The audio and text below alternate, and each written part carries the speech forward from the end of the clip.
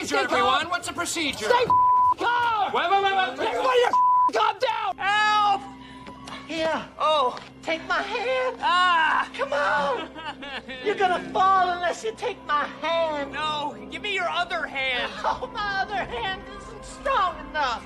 You take my little hand. No! Get it away from me! Take it! Take mine! Ah!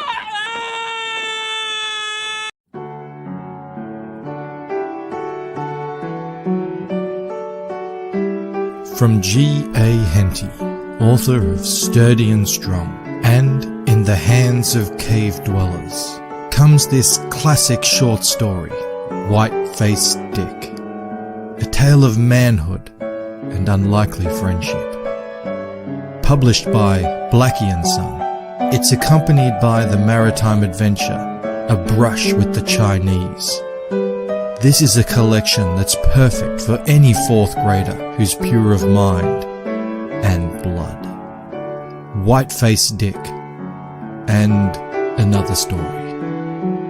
A classic for the ages.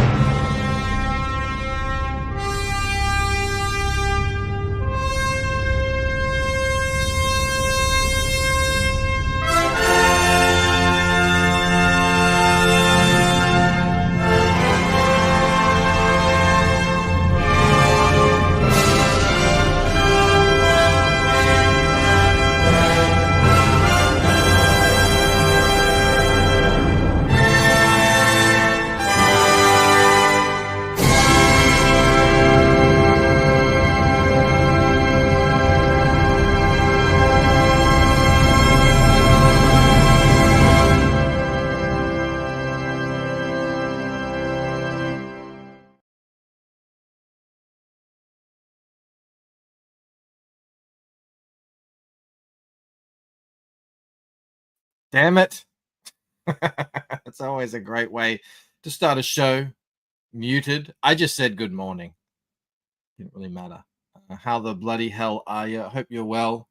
I am currently waking up. Got my tea here.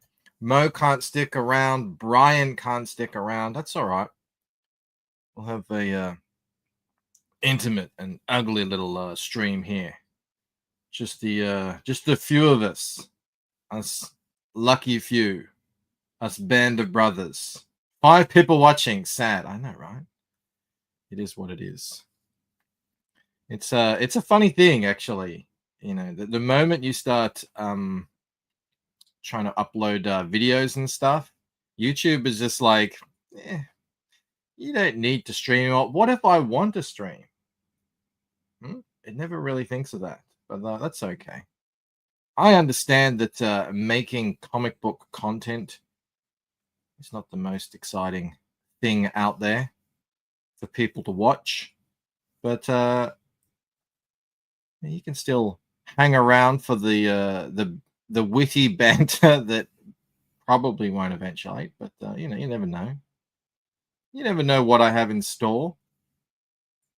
I was watching a Sharp stream yesterday for the first time in God, it seems like ages that he's streamed at that time. That's when I used to be able to catch him, but I don't know if he stopped or he just started going a bit earlier. It could have been actually time zones. That's usually how it happens. And yeah, that was good. But see, Shanth is good at being able to work and chat.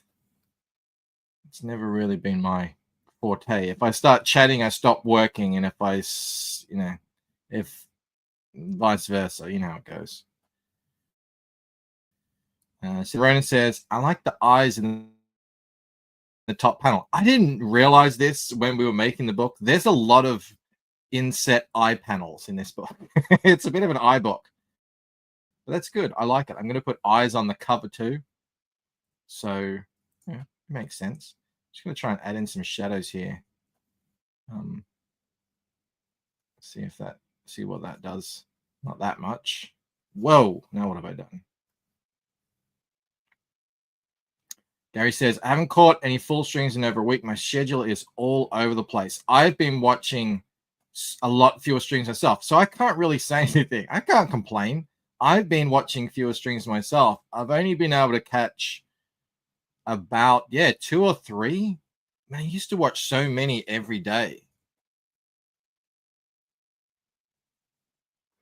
You're right. It's just unless you can. I was never one really to sort of go out of my way to watch them. There'd always be just something on in the background. While I'm working. I don't know. Is it different? I don't know. Like, I find myself watching other things on YouTube these days. Like, I've been watching people renovate abandoned houses. That's been I'm into that stuff. I don't know if you guys are, but what like it could be anything, any kind of hobby. Will do the job. But yes, it's like a lot of people just sort of gave up on the live stream game. I'm going on Pete Samedi's at 9 p.m. tonight. And he was doing a stream yesterday, so I popped in. And admittedly, again, as much as I love Pete, I haven't really been keeping up with streams. A lot of the time he does auction streams, so I'm not really into that. But yeah, he was doing that open mic thing that he used to do back in the day. And no one wanted to come on. Like, that used to be a big thing. People were... you always get the same people trying to come in every week to pitch their book, and he'd be like, "This is like we need new blood here." And I don't know how many people came on at the start, but I came in at the end, and no one wanted to come on. So he's at the end of the stream. It's funny how the landscape changed. But then other people's streams are doing so well. I think Cecil is streaming. Shane's obviously doing really well. I think the bigger guys, Ethan and John, they still do really well. I've sort of come to the conclusion that there's this streaming audience, and you're either tapped into it or you're not. Like the what are they called? The nerdrotic kind of crowd. They obviously crush streaming, but I tried my hand at that, like the pop culture commentary stuff. It wasn't for me. I could do it a little bit, but after a little while, I just sort of like, because I don't care, and I find it difficult to chat about things I really couldn't care less about. And that's where people come in with the sort of thing as, oh, you're grifting because you don't actually care, and I don't want that. The streaming audience doesn't care about books. No, not as much. That is true. I mean, if you might haven't, they might care about your book, like say for instance with Shane, like he draws a big crowd, and I think they really do care about his book. But do they care about like books in general? I don't know. I've noticed that. Same with Ripper, Let's get Mike to 3. A little ways off there. That's fine. I mean, these guys have a pedigree. These guys have decades in the industry. It's a bit different. So one day maybe. But yeah, congratulations. That's massive. 300K. On the third book too. That's like that kind of growth, or at least stability. I don't remember what he made on. I think it's more than on the second one, which is huge. It's pretty epic. Hello, nice guy. Thank you for joining us. Doing a little bit of shadow work. See this? Can you guys see that? I'm gonna look at my screen. Yeah, a little bit. It looks a lot worse on Photoshop. You can see that sort of banding effect. That used to drive me nuts, and I'd have to go in and, I don't know, use like noise or blur or something. Like blur doesn't really work because it's not because of that. The reason that banding happens is because of a lack of depth in the subtler shades. But you can actually fix it by changing the 16-bit channel, and look, it just magically disappears. Look at that. It just means your file is going to be a lot bigger. Do you do freelance work? No, I have a job. So if I ever were to leave my job, which I don't see happening, Australia is like one of the most expensive places on earth to live. I mean, I have done a cover for someone, but not really. I just don't have time. Hello, Alua Femi. We've seen you before. Great to have you back. And keep up Junkie in the house.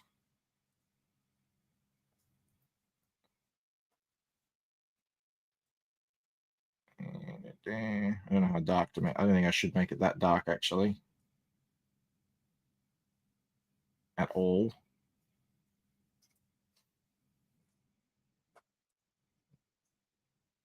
Whatever. He'll do freelance. Yeah, if someone wants to pay me 300,000, I will do it. No, actually, something I do, which I don't really advertise that much. I probably should more, because it's not really creative work. It's just I can use the skills that I've gathered from being creative. Is pre-press. So I've done pre-press on about 8 books now, and that pre-press just means taking the artist's art and the lettering and everything and putting it all into a file that you can send to a printer and confidently know that it's going to print well. So, and a lot of people, even if they are skilled artists or whatever, they don't necessarily have that skill. And it is it's an actual job. People do this for a living. So I've done that, but I don't really do freelance art. I don't quite know what this is that I'm working on here. This box and stuff. That looks like a cereal box. This is, anyone doesn't know, this is Rod Looper's art. And, obviously this sort of stuff, I don't say what's in the background. I say it's an abandoned warehouse, whatever you're going to find in there. So according to Rod Looper, in abandoned warehouses, you've got arrays of cardboard boxes with random shards of wood and cereal boxes. Why wouldn't you? It makes sense to me. It's a good thing it's background stuff. I'm here to watch the coloring of the box, says KSS. Good. Fist bump to KSS. We got Jake in the house. Just did the pre-press on 4 books. Let's hope I did okay. I'm sure you will be fine, Jake. We got Phil in the house. I watched a little bit of your video earlier, Phil. I had to start the stream, but I caught a little bit of it. I hope everything's going well over there. Brandon looked very tired. Can I just say? Usually he's sort of, I mean, I don't want to throw shade, but he's kind of like, he's sort of the handsome one. I don't want to throw shade at you. I'm not trying to pit you against each other, but, you know, he's got kind of got that look. He looked very tired. So you won today. Yeah. Well, that's been my, look, it hasn't worked out very well for me, but that has sort of been my, he says, wow. I told you, the earring, it's not working. All right. And many people told you, but you won't listen. So now you just have to deal. Yeah. I said, you know, how do you compete with people like Dave Finch does draw streams, Dave Raposa, you know, lots of very, very talented people. Even back in the day, Kelsey Shannon was doing them. And I figured, well, the only way to really compete then is to just do the stuff that no one thinks to do on a live stream, like you know, boxes and stuff that everyone else ignores. Really show the nitty gritty, mundane, boring stuff of making comics. That's what people will like. One day my ship will come in. One day. We'll see. I haven't seen anybody juggle. Why would they? The out and about style stream. Yeah, I do always like them. I do like seeing the streamer outside of their natural habitat in the wild, like a real human being, like a real boy. I hope they do well at C2E2. Big con. Big important con.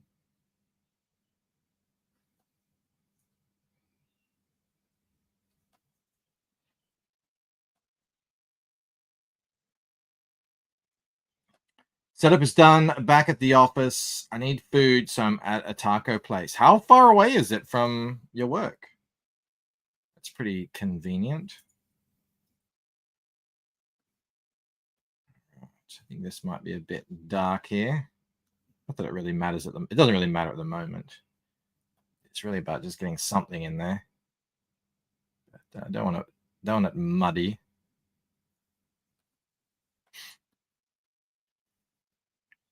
Make sure a box of stovetop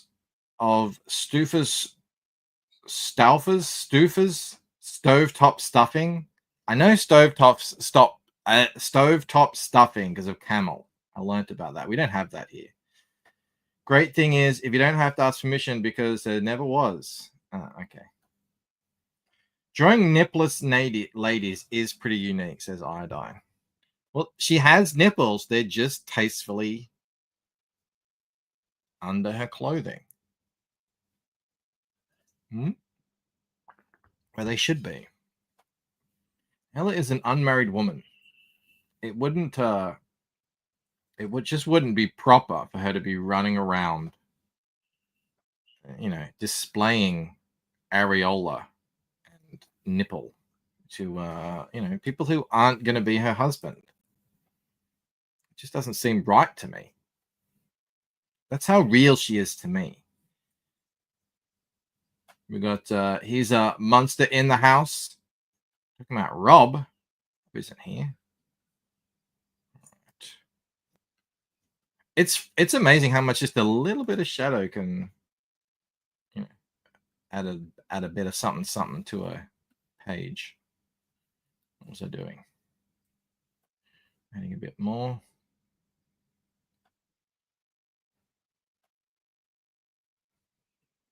I got some good news yesterday.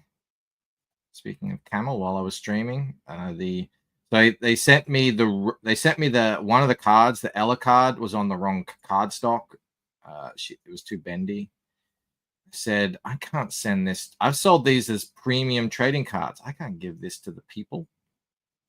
And they said, yeah, no worries. And they sent one out straight away. So that will be arriving today, which means that I will be packing all the sets up later tonight. And shipping can begin maybe tomorrow, or at least, we'll set it all up over the weekend. I don't want to make any promises. But yeah, it'll be good to get them out of my hair. I was sort of laughing to Jake about this a while. He's like, oh yeah, you're probably getting over the cards at this point. And I was like, dude, I was so over the cards 2 months ago. Because there was supposed to be a little just side thing that I did, over the Christmas period, and it sort of dragged on. It's now April. It is what it is. But I'm very glad I did them, and I look forward to doing, series 2 and keeping it going. And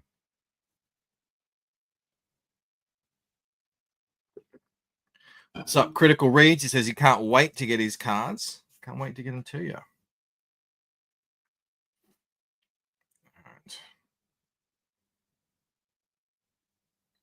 Maromi, what's up? Order Vatican City. Everyone is talking about Vatican City. It's amazing. It's all I'm seeing out there on Twitter. I've never really seen that for a new book. And I don't know if it's because I'm in a bubble. I'm in a narwhal bubble. But yeah, it's great. People are doing reviews. I was going to do a review video, but I just kind of ran out of time. So I think I'll probably just do a kind of a non-spoilerish sort of. I mean, there's not really that much to spoil. It's just the last page. So maybe I just don't really talk about the last page. I'll do that on Saturday. But yeah, people are saying. I mean, I don't know how many shops ordered. But people are saying the shops are selling out of the shops. So KSS ordered a copy.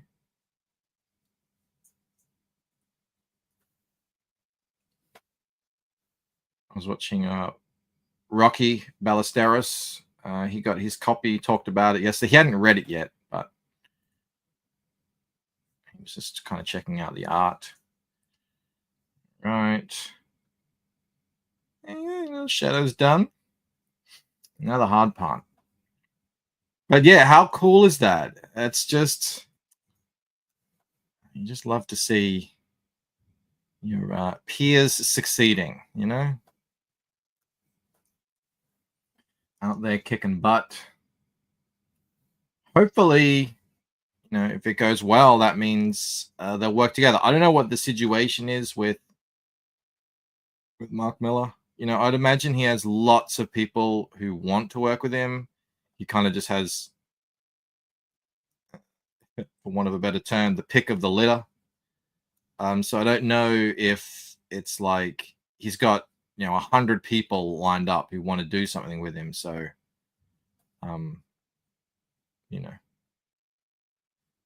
if that means he works with multiple artists, or he gets like the artists again and again, I don't even really know.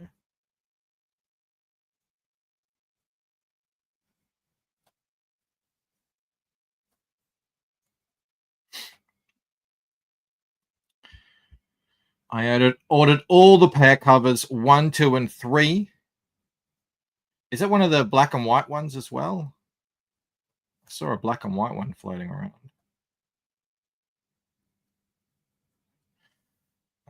Hyper Wizard says, the writing on Vacation makes me excited for the next 2 parts. The twist at the end opened up a lot of possibilities. It's funny too because we're just watching friggin' Bondsman with Kevin Bacon, which is a really good show if anyone wants to watch it or like thought about it. It's yeah, it's well worth it. I think I'm gonna.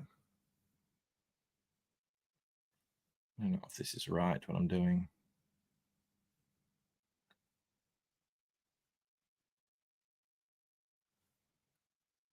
Yeah, he's basically he gets killed, gets sent to hell, and then gets sent back by the devil to hunt demons.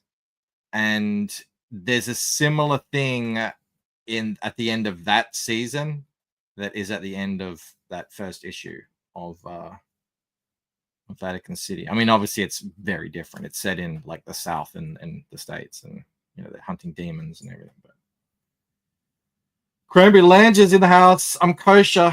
Can't watch Kevin Bacon. Thanks. But boom ching. No, it's a really good show. I like Kevin Bacon. He has stayed relevant the entire time. You know, going all the way back. When was he first? He was was it the 80s he started acting? Actually, I'm not going to color. I'm just going to color people. Bondsman is basically the plot of Spawn. Yeah. But I think it's all about the setting that kind of matters. And I like the what am I trying to say here? I like the way it's presented. You know, it's very bright. It's even though it's like people getting their heads blown off and everything, it's never heavy, you know. I liked it. It's always a bit fun.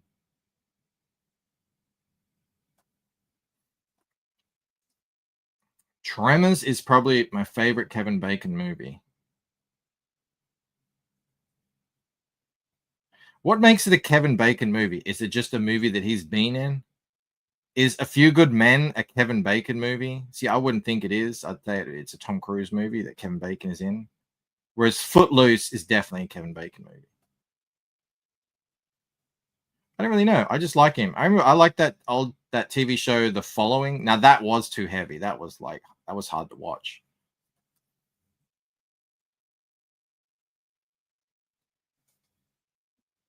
Yeah, I would say he has to be the star. I think so as well. It's been I don't even know how many decades since I've seen Tremors, so I didn't even really remember it. I like Stir of Echoes, says K-pop. What the hell is that? I've got too many things selected here.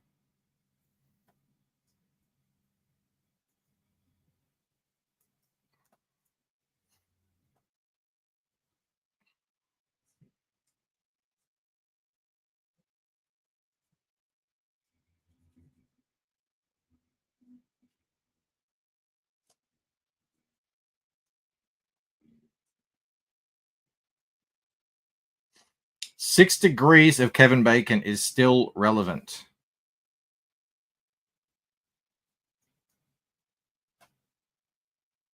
That's some person.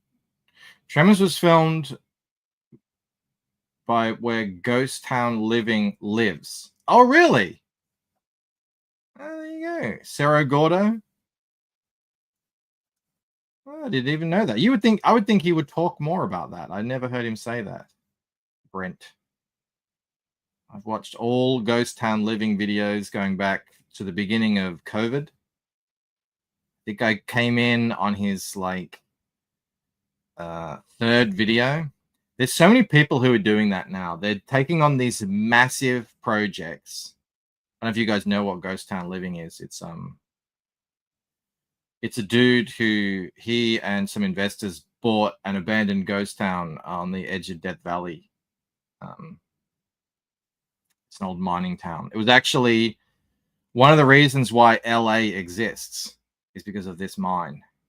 They needed a port to ship out silver. out of the West. And LA was the town. But anyway, yeah, it's a cool trend I'm seeing. And that's why I'm watching a lot of these renovation, like people renovating castles and stuff like that. And you're like, how can they do this? And sometimes they end up making a channel out of it. And they end up, making a living off the channel while they do renovations. It's cool. Henry Bemis in the house. Always liked a movie where he did when he was the bike messenger. I don't know what that one is.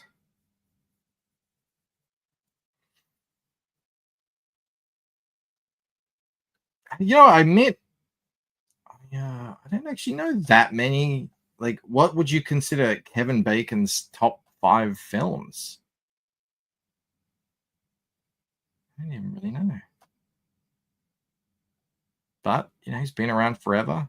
Was Kevin Bacon in The Outliers? Was he in that? Or am I just totally misremembering?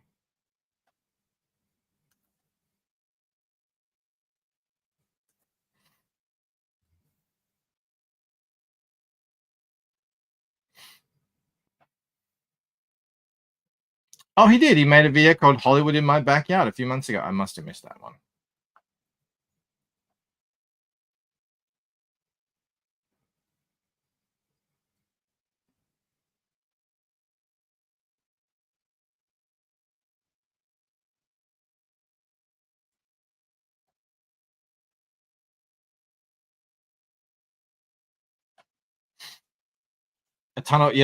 I know that a ton of westerns were filmed there and around there, and there's a whole bunch of towns that are still sort of like, well, they're kind of decrepit now, but they filmed a lot of that stuff. JC, do you think it's because of the drama in the past with content creators that people now don't want to jump on because of bullying and people taking stuff out of context, whereas Shane cares about the books?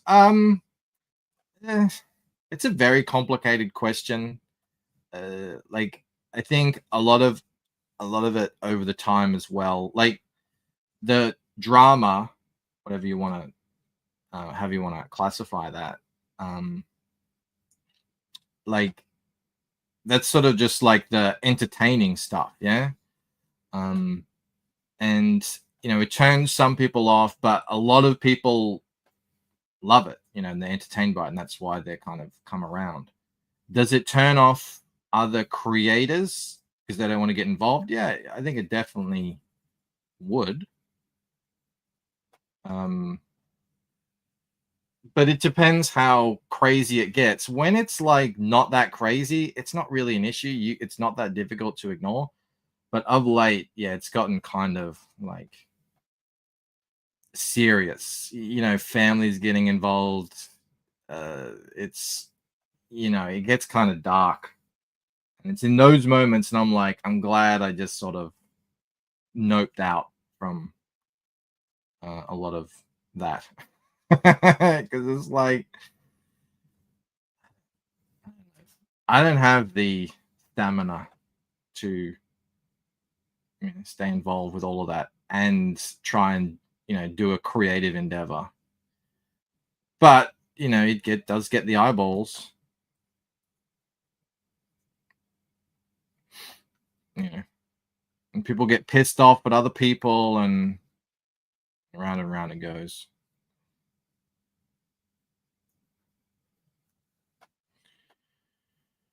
You mean like Camel Moon and Bancroft streaming over my first appearance on a live stream? KSS. Was that me streaming or Camel streaming? Because if it was on Camel's show, that's entirely his fault. I had nothing to do with it. Camel's just like, hey, I want to stream. Do you want to stream? Like, yeah, sure. Let's do it.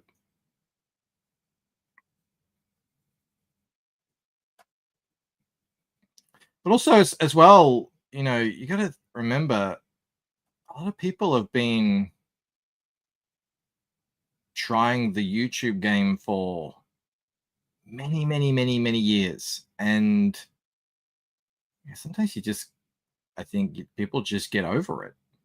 And it's like it's a lot of work, and it doesn't always pay off. Not everyone has the temperament or the charisma to make it work, and it's a lot. That's another big reason why people just drop off as well.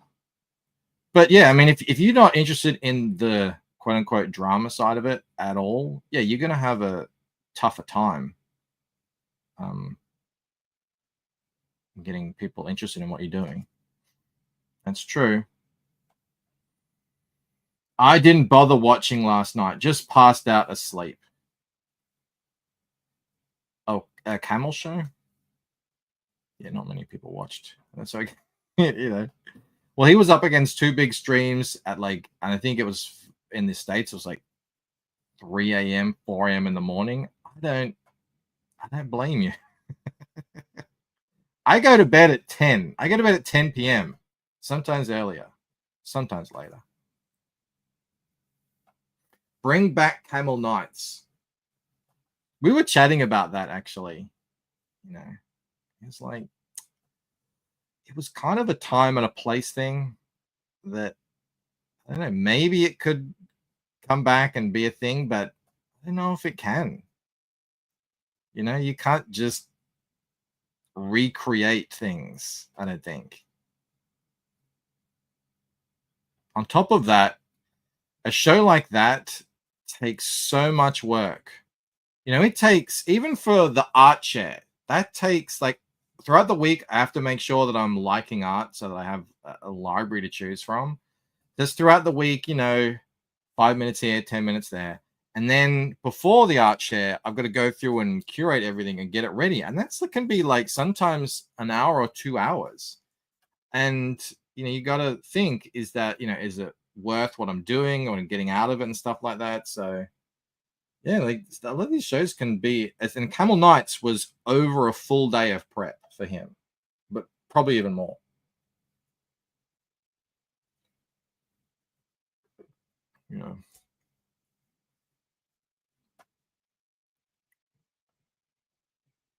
I was steamrolled by a wheelchair hustler, says Ellie. Oh, it's not hard.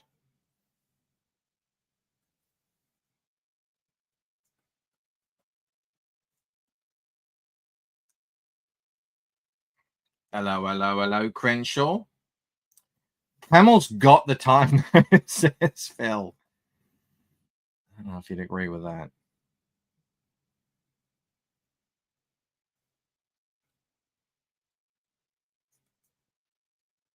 Yeah, I made a decision to put my sort of invest my YouTube time more into the videos and shorts and stuff. Obviously not all of it. I still stream, but my streams, it's more, most of the time, it's just a matter of turning on a camera. Most of the time, not all the time. And I've seen good channel growth and good view numbers. So I get a similar. I mean, it's hard to tell with because a lot of people delete their stream, so you don't know their exact numbers in terms of views and stuff.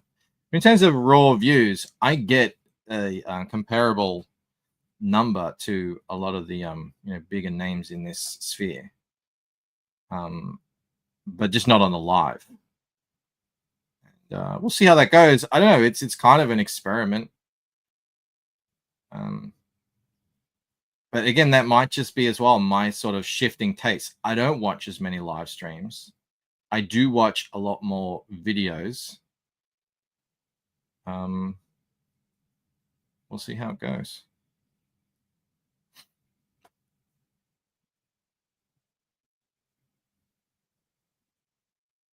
I missed the last half of the art share. What piece won? So I think in the end, we had a Dirty Iron piece.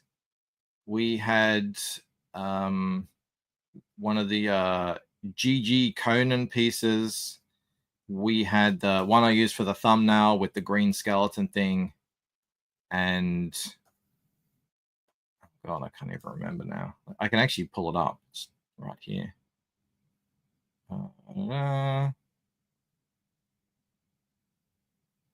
What was it? Oh, Rini, yes. So the skeleton thing came fourth. I think the Conan or the Dirty Iron came second, and then the Rini cover with the Jake coloring came first. That's the Japanese cover. He can't remember the winner. Wow. Well, now I do, now that I'm, reminded of it. But yeah, Jake won essentially. And I named it something like, Rob hates Jake or something like that. So it was sure to win. Critical Read says we need more professionals in comics, not just professionals from comics. How poetic.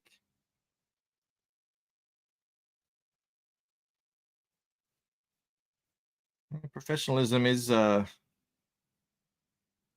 short supply a lot.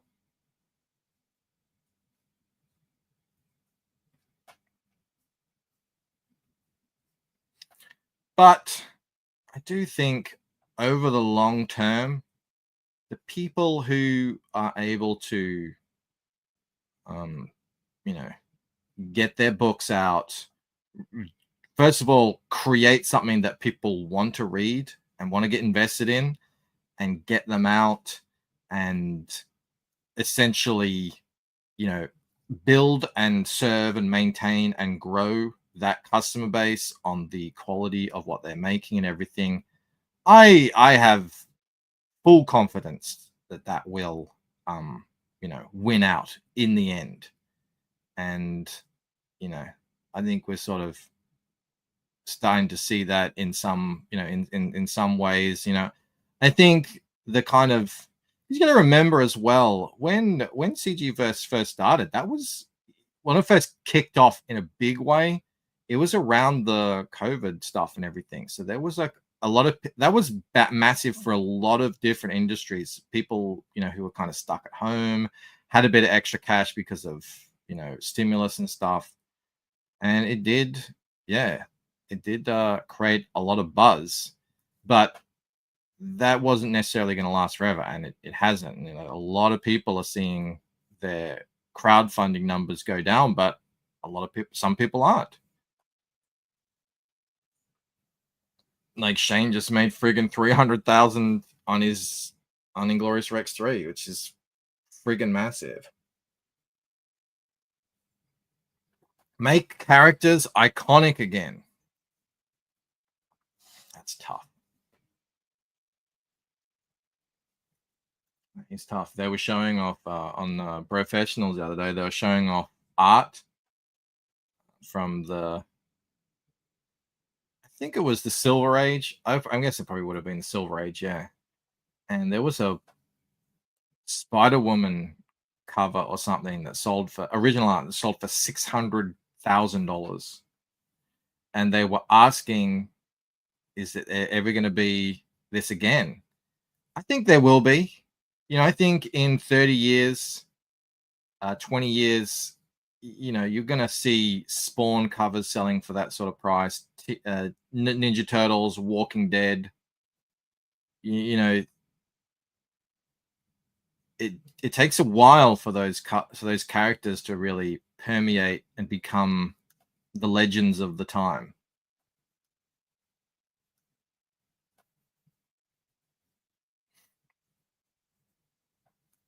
It's kind of a long game, but everyone, you have to sort of worry about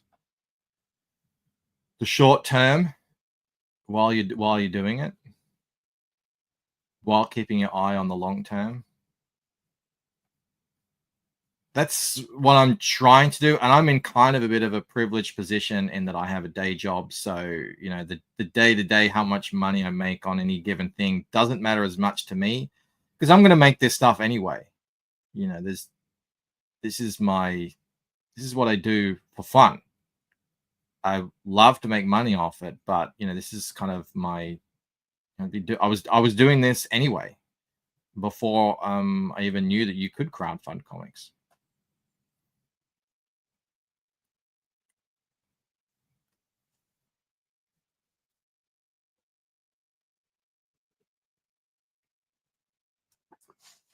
But I think there are some characters that are coming out of creator-owned stories. And I like saying creator-owned now over indies because indies is actually, we're talking about, it's actually really kind of difficult to define because a lot of like, is Image indies or is it too big to be indies? You know? But I think what's more important is it creator-owned. That's the actual important thing, you know? And I think Boom, most of it is creator owned. I don't quite remember that. I don't know if they have IP stuff. Image, obviously. Dark Horse, I think a lot of it is creator owned, or all of it. I don't know. But yeah, obviously Ghost Machine, stuff like that is creator owned, and it's really good. So that's the sort of stuff. Because it's so good, I want to talk about it. And then on top of what are the best sort of stuff coming out of crowdfunding as well. I think there's some properties that could stand the test of time that are being made currently, for sure. Because I love the cock. I do. What did I say the other day in a chat? I said, I'm not happy unless I have my hands on cock. It sounded better in chat, but you know what I mean. Hopefully. Obviously, we're talking about creator-owned comics. Are you thinking of 3D printing your own merch? Carbon dioxide, yeah. 690,000. It was a Gil Kane cover. First appearance of Spider-Woman. 690 grand. And it's sort of bittersweet because those artists didn't see anything like that in terms of when they were making their stuff. But on the other side, it's good because that means comic book art is actually finally being seen as legitimate art.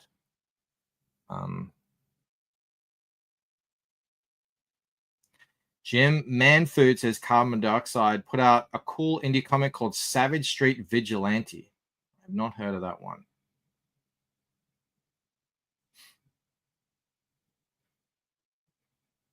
Ellie says there's zen in art. I think people need to practice art to really appreciate a well-drawn masterpiece.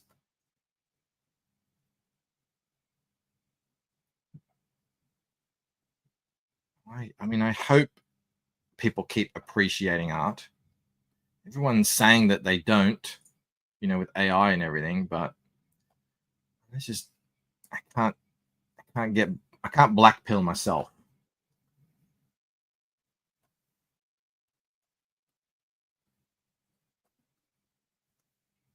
Just stay positive. What's up, Crowfire? Speaking of people making beautiful art, we're all looking at you, sir. When's the full Band of the Crow book coming out? We're all waiting with bated breath.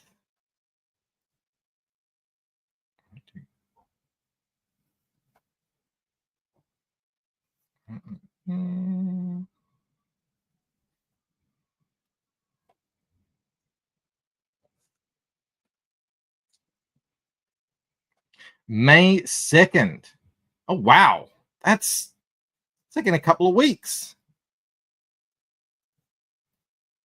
Unless you mean 2026. Epic. Very cool.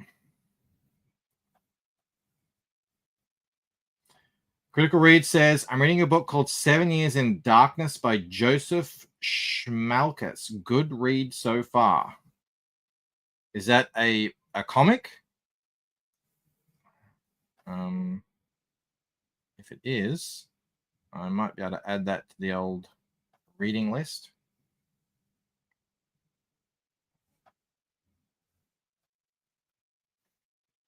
Schmalke is good peeps. Let me add that. What is it? 7 years in Darkness on Kickstarter. Oh, cool. Added to the list. You guys don't know how long my friggin' reading list is now. It's getting ridiculous. I just outlined all of that, and I'm going to undo it all because I realized I need to mask out one color at a time. But I was reading the chat.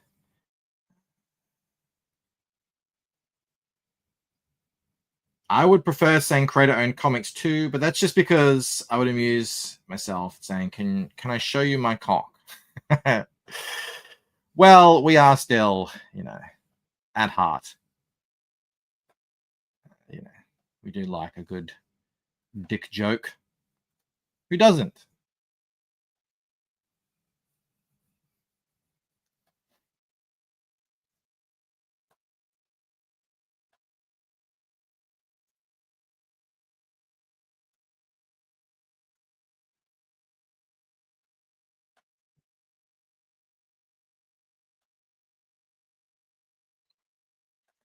So I don't know if I was saying this earlier. Jake has shown me a really cool way that he's been coloring. I'm excited to start trying it out. I've been thinking about how I'm going to integrate it into my style still, because I don't want to change styles or anything. I've got a kind of look going here that I want to stay consistent with. But that doesn't mean I can't improve on what I'm doing. And I'm being sort of thinking in my mind, just daydreaming how I can integrate it. I'll be very excited to see how it turns out, because I think it's going to be a good improvement. Yes, I hope it will. Something a bit more sophisticated. But I feel like the line art is improving, so should everything else along with it. Who was it? Was it someone said something very nice to me? Oh, Chuck Reardon said that I've come a long way since the days of the crackhead Ella, looking at my latest head drawings and stuff, which is a very nice thing of him to say. And yeah, so I'll be looking to match the colors as I progress and get better. I haven't either. And you saw Rob's reaction to your colors yesterday, Jake? He says, "I haven't seen anyone do what I came up with." He was very impressed, begrudgingly so. So hopefully I can come up with a way that works for me. And I think it'll look quite different between what you do and what I do, even if we're using a similar sort of technique, because the application is going to be a little bit different. So what's up, Salty? Man, that was a fun stream when I had Salty and chat on. Good vibes. It was like, it reminded me of because I don't normally have two guests on at once. I like to focus on the one, but Chad was here, the time was running out on his campaign, and it had to be the way it was. But it was good. It was like, it reminded me of kind of old days where we panels and stuff, just shooting the shit. It was funny as well that they were two guys who sort of had big success in Hollywood and made careers and stuff.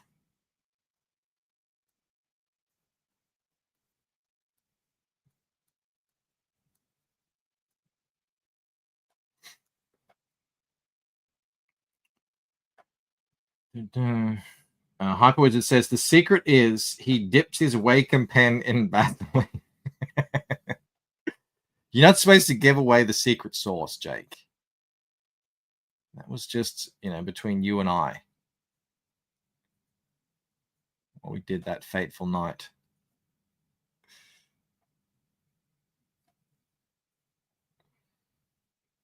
Yeah, man. Yeah, we'll have to do it again. I'm always looking for a good conversation. Speaking of which, we'll be on with Pete Samedi at 9 p.m. tonight. Looking forward to that one. I've been up to quite a bit since the last time I chatted with Pete, so it should be good. Fulfilled Painted Death. About to launch Fractured Mind. And, you know, the trading cards and everything. Doing the shorts on the art. Lots to talk about. I really enjoyed King Cryptid. I think it's got legs. I am still waiting because, you know, I get everything sent to the US. So I have to wait a little bit longer, but I've been hearing good things, and very few people are able to sell their book like Pete can. He gave me the hard sell, and he convinced me that I needed to be on the King train. So I'm looking forward to it.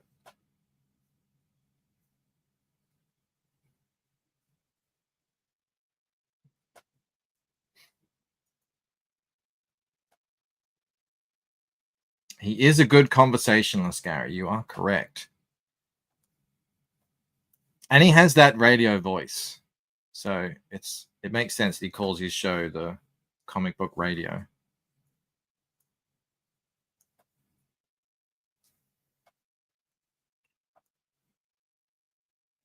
I don't know if you guys know this, but one time Pete's a big wrestling fan. And this one time we were going to have Pete on. This was back when Joe was my co-host, Joe Fulton, my editor. And they got into it, the two of them, on Twitter with a little bit of a like wrestling kind of thing, you know, like Macho Man sort of like wrestling kayfabe kind of thing. Anyway, they're like, oh, it's on, you know. And Joe loved to dress up. He would always get into funny outfits and stuff. And he got into this wrestling outfit that actually was like a bodysuit on practically. And then I didn't know this, but Pete had the same idea. So we start the stream and these two just start going at it. Like, you know, what you gonna do, brother? You know, this sort of stuff. And it literally, I think it went for pretty much the entire hour of those two just like kayfabe 1980s wrestling style each other. An hour. And like half the people in the chat just dipped out and they were like, I don't know what this is. And I think the other half were loving it. It was definitely one of the most bizarre experiences in streaming that I've ever had. And it'd still be there somewhere. I don't know where you'd be able to find it. It was years ago. But yeah, that was the thing that happened.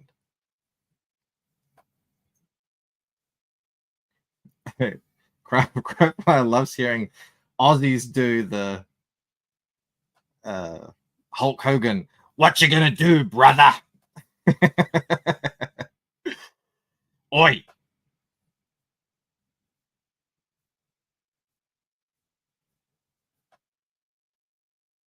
Yeah, I got called out while I was doing that video for the trading cards, and they're like, "What's a cud?" I was like, "What does he mean? What's a cud?" I look back and listen to it. I totally say, "Here are my new trading cards." It's like, damn, I did say that.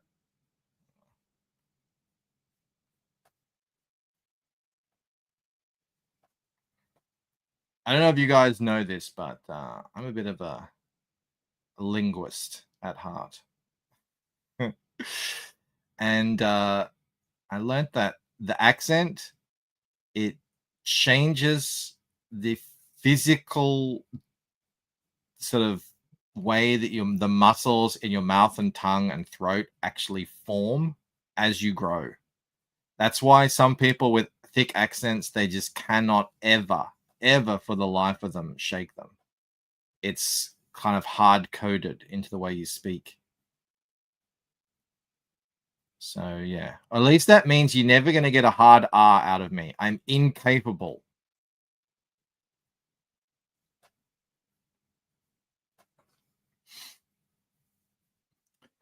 Training cards are sold out, says Captain Carls. When will they be available again? So what I have to do is I sold 160 during the campaign period, and they're the ones that have the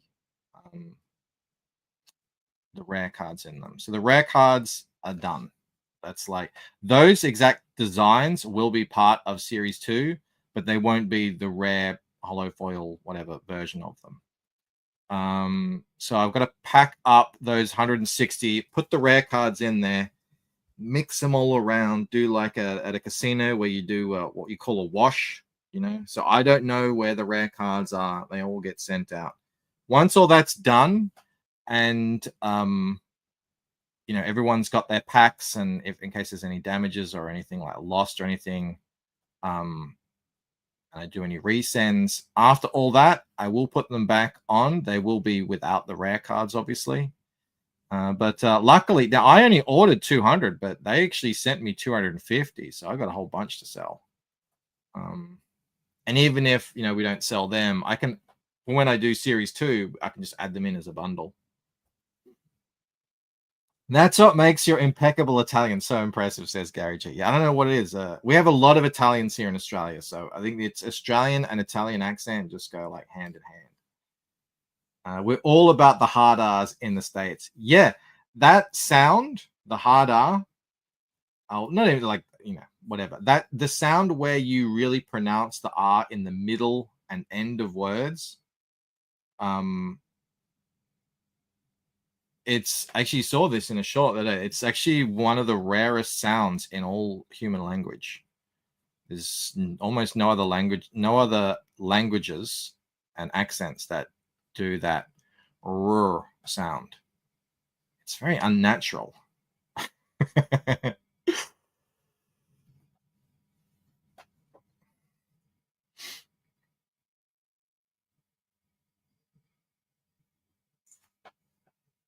Is this the third Lucent? Probably a stupid question. No, not a stupid question at all. Because it's the third book I will be putting out, but it isn't the third Lucent. No. So this is a side book drawn by Rod Looper.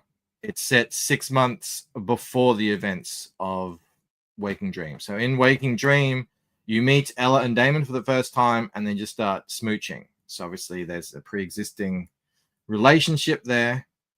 And we don't get into it in the story. This is that meeting, but it's obviously going to be, it's not really about them meeting. It's so much more. It's essentially about, it's all set inside a dream. It's all about Ella's state of mind, why she is kind of the way she is, and how that will be a problem for her, is a problem for her, will be a problem for her in the main story. And, you know, her meeting Damon and him kind of bringing all this stuff out of her. And it's all done in a one-shot kind of action comic setting. So it isn't, it's cool that, like, I wanted to do an action because there isn't that much action in the Lucent yet. There will be in the, especially in the third act, is like a lot of action, but in the second act, which we're getting into in the third book, there will be more action, so rising action. But at the moment, not as much. So I did want to do a bit of an action story to sort of show what the Lucent action is kind of like, because it is a bit different to a lot of other stories. So I thought, yeah, let's get Rod to draw it. And I was going to hire a colorist, but then I thought, no, I wanted to kind of marry it up with everything else. Is it about them meeting, says Phil? No, there's no meeting in this one, but there may be some implied some of that in the third book in the series, Amber Crown. Maybe. We'll see.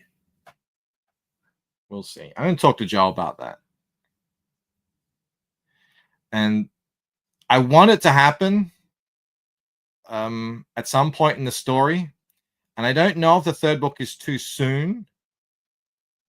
But I worry with everything that goes on if there just won't be any time for it after that, because the third book is a sort of a bit of a moment of a breather in the story.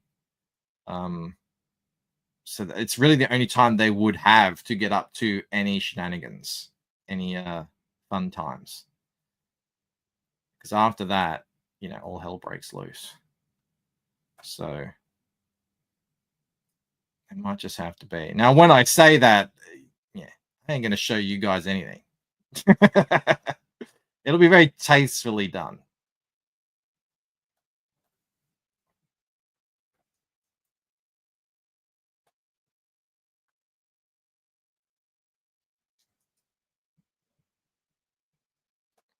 So we'll see. We'll see. If that would be more on top of the head.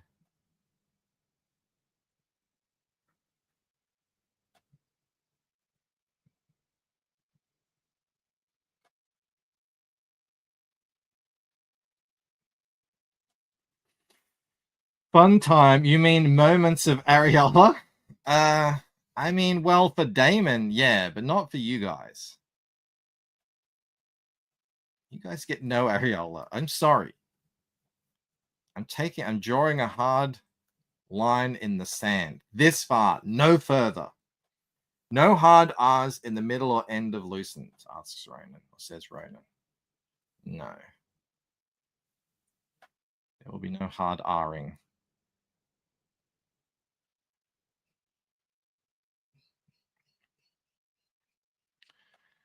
But yeah, this will really kind of flesh out a lot of, sort of, because I've been keeping the whole way this stuff works very, I've been kind of coy with it, implying things, not really explaining things on purpose. Because we're sort of the Lucent is told through the eyes of Ella, so you know what she knows, pretty much. Say America. A lot of Australians do say America. I don't know why. That's a thing. They do put R's where there aren't any, and then they don't say them where they are there. I say America. I mean, that's normal, isn't it? Ellie got his copy of Passenger U970. Yeah, I saw the U977. I saw them floating around. It looks amazing. I didn't end up getting it, but I hope it's a good book. Let me know, because if they do another one, I'll jump on board. I'm so reticent these days. Even if the art looks really good, I'm so reticent because, after 7 years, even when the art looks amazing, there's so many books that I got, and I'm just, it's not really worth reading. No, that is a very uniquely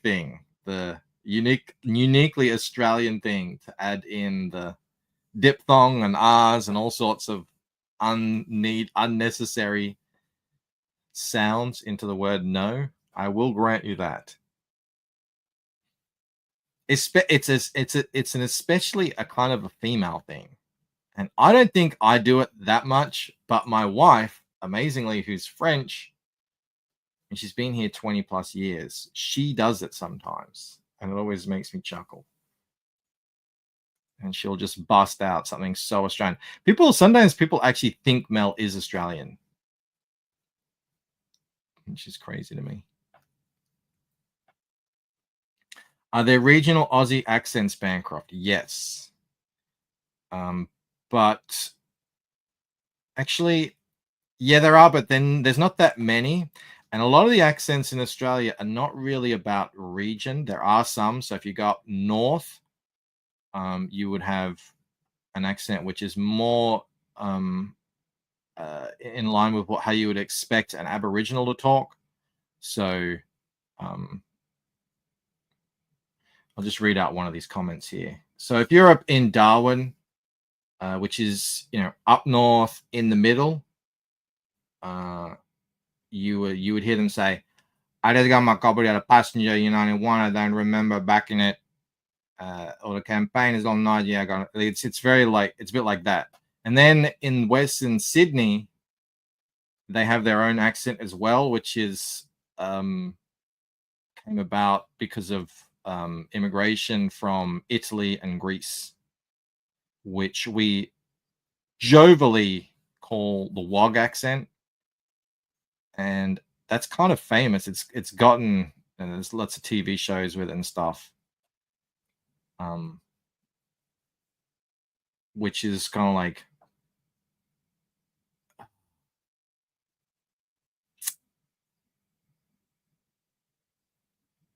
I mean, I should play one. I should play the most. Where is it?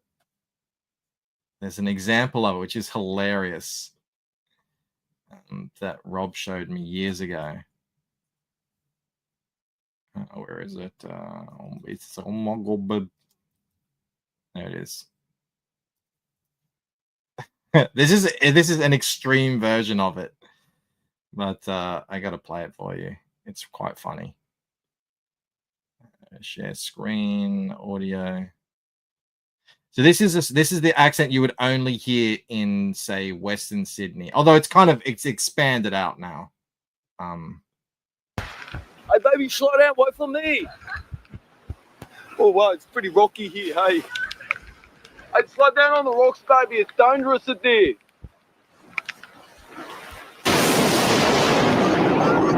Oh my god, baby, the bloody London box just missed you. Oh, the bloody motor I got. Jesus fucking my god, baby. Come back, the London ball nearly hit ya. Oh my god, baby, you alright? That's good. Yeah, but a lot of the other accents, you know, that you would like, there's a broad Australian accent, which is kind of like, how you going? You know, that's more like Crocodile Dundee talking like this, or you know, Steve Irwin. Crikey, that's not regional. That's just everywhere. So you can grow up talking like me, where you would say like, "How you going?" And then right next to someone else who will grow up the same time, and they'll be like, "Yeah, how you going?" You know, or you know, like it's just family, and well, I don't know what it is actually, but that's what it is. Oh, I just noticed I gotta go to work, which means our time has come to an end. Please do go check out Pete Cementi's show at 9 p.m. and then at 10:30 I'll be on Well Reds, and we're going to be reviewing Reaper Destroy by Joe Sontag. So that should be good. And yeah, I got cheese. Oh, that's so funny. I like that. All right, everybody. Thank you very much for hanging out. Another page partially done. And I will I'll see you next time. Speaking of Aussies. Come on. Gentlemen, this is Democracy Manifest. Have a look at the headlock here. See that chap over there? Get your hand off my penis! This is the bloke who got me on the penis before. Get some cups. Why did you do this to me? Get some cups. For what reason? What is the charge? Eating a meal? A succulent Chinese meal? Oh, that's a nice headlock, sir. Oh, yes. I see that you know your judo well. Good one. And you, sir, are you waiting to receive my limp penis? How dare get your hands off there. Ta-ta and farewell.